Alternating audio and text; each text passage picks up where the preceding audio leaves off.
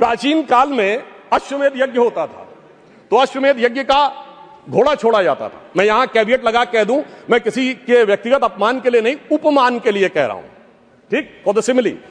Sir वो जब छोड़ा जाता था तो जहां जाता था वहां विजय का मार्ग प्रशस्त कर देता था, पर इनके पास एक ऐसा अश्वमेध यज्ञ का घोड़ा है जो जहां जाता है पराजय का मार्ग प्रशस्त कर देता है। और मैं यह भी कहना चाहता हूं, सिर्फ हमारे नहीं, भारतीय जनता पार्टी से नहीं, सर केरल में तो हम नहीं है, सत्ता में कभी नहीं आए। केरल में एक बार लेफ्ट फ्रंट आता था, एक बार यूडीएफ आता था, पर जब से ये वहां पहुंचे हैं ऐसा यज्ञ किया है कि इस बार एलडीएफ दोबारा आ गया।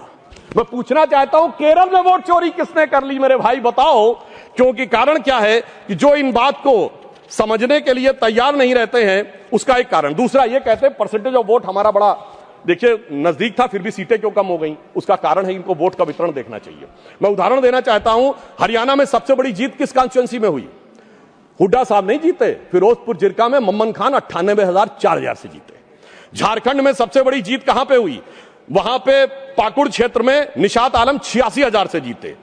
दिल्ली में आम आदमी पार्टी के मटिया महल में 42,700 से जीते आले मोहम्मद इकबाल। और लोकसभा चुनाव में सबसे बड़ी जीत असम की धुबरी सीट पर कांग्रेस के रकीबुल हसन 10,25,000 से जीते। तो मैं इनसे कहना चाहता हूं आपका वोट का वितरण समान नहीं है, कहीं कहीं ज्यादा गहरा है।